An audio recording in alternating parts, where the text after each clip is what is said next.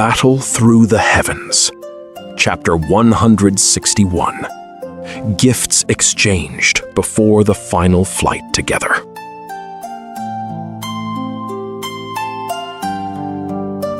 The violet weight beneath his skin feels less like power and more like a debt carved into bone. He drops into the valley, knees buckling under the sudden silence after the roar in his veins. In the flicker of a dying lamp, her quiet presence pulls the remaining air from his lungs, grounding him in the cooling dirt beside the shack. Xiaoyan dropped from the cave mouth to the valley floor. His boots hit the dirt with a dull thud. A small shack stood nearby, its oil lamp still flickering against the dark. Little fairy doctor sat on a chair by the door, her slender frame hunched over a rainbow-colored scroll. She heard his footsteps and looked up. A slight frown smoothed into a smile as the moonlight hit his face. She set the scroll aside. "You finished your training," she said. "There is still warm food in the house."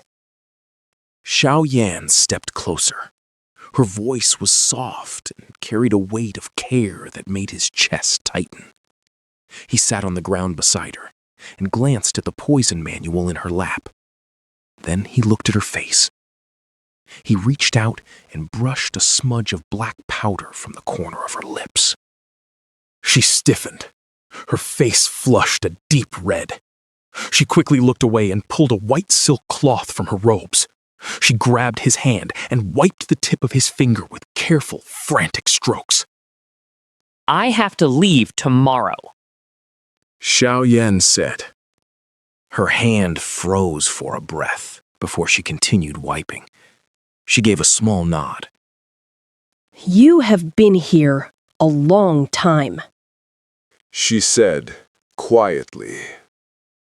"It is time for you to go." "Where will you go once you leave this place?" He asked. "I think I will head for the Cloud Empire," she said. She forced her lips into a thin smile. "I want to see the world beyond the Jiama Empire." Xiaoyan let out a heavy breath. He knew of the Cloud Empire. It was a place where poison masters were more common than anywhere else on the continent. "I am heading for the Taggart Desert. It is on the eastern border. The Cloud Empire is to the west. We are going in opposite directions." She nodded again, her shoulders sagging. "Take care of yourself. We might not meet again. I might never come back. If I ever become a monster, if the world turns against me, I will come back here, to this valley, and wait for the end." Xiaoyan wanted to speak, but the words caught in his throat. He thought of the stories Yao Lao had told him about the horrors caused by those with her constitution. He reached out and squeezed her shoulder. "It will not happen. He said. You can control it. You are not going to kill 10,000 people. No one is going to come for you." She shook her head and stayed silent. She did not tell him that as the poison matured, it would rot the mind. She did not know if she would still be herself when that time came. She stood up and went into the shack. A few minutes later, she returned with a silk sachet and a small jade vial. "This is soul-losing powder. It is the best thing I can make right now." She shook the sachet. "It has a powerful scent. If you meet a foe you cannot beat, throw this. Even a Dou Qi will be blinded long enough for you to run." Xiaoyan reached for it, but she pulled back. She pressed the jade vial into his palm. "This is the antidote. Take it before you use the powder, or you will blind yourself too." He tucked the items into his robes. She reached into her sleeve again, and produced another bottle. The Tiger Desert belongs to the snake people. They use venom. This pill will not stop everything, but it will save you from the smaller vipers.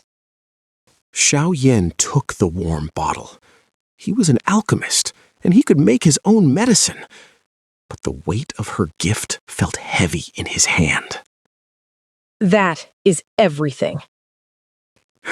She said, with a small laugh. Do not expect anything else from me. Xiaoyan smiled. He reached into his own storage ring and pulled out a jade bottle. It held 7 recovering qi pills. Have you ever seen a real medicinal pill? He asked. Her eyes brightened as she stared at the bottle. These are pills? He tossed the bottle to her. She caught it against her chest with a gasp.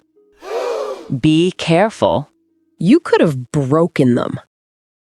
She snapped, though her voice was light. She pulled the cork and inhaled. The fresh, medicinal scent filled the air. Her expression turned bittersweet. She had spent years chasing this craft, only to end up handling poison. Do not let it get to you. Xiaoyan said. These are for recovery. They will help you win a fight if you run low on Dou Qi. She tucked the bottle away.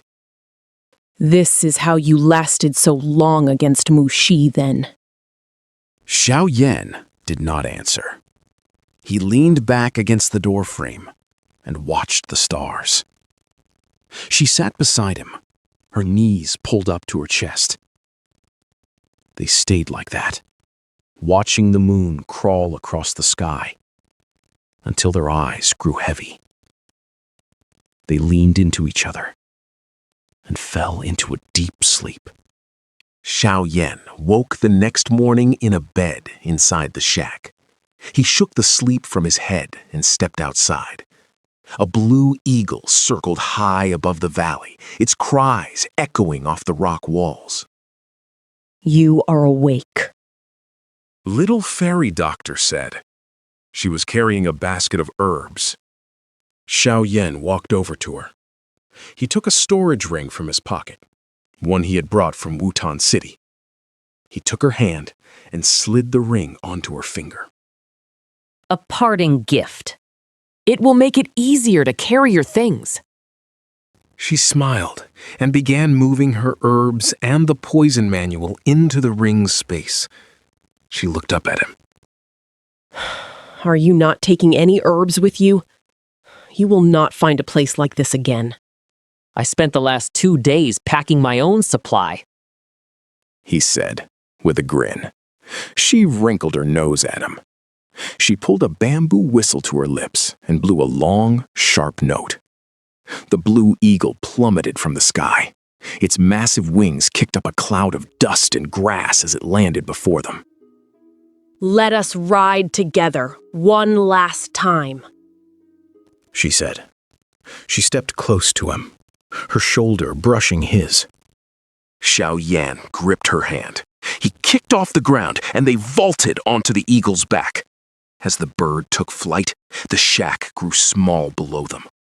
Little fairy doctor whispered a quiet goodbye to the valley, and they flew toward the horizon.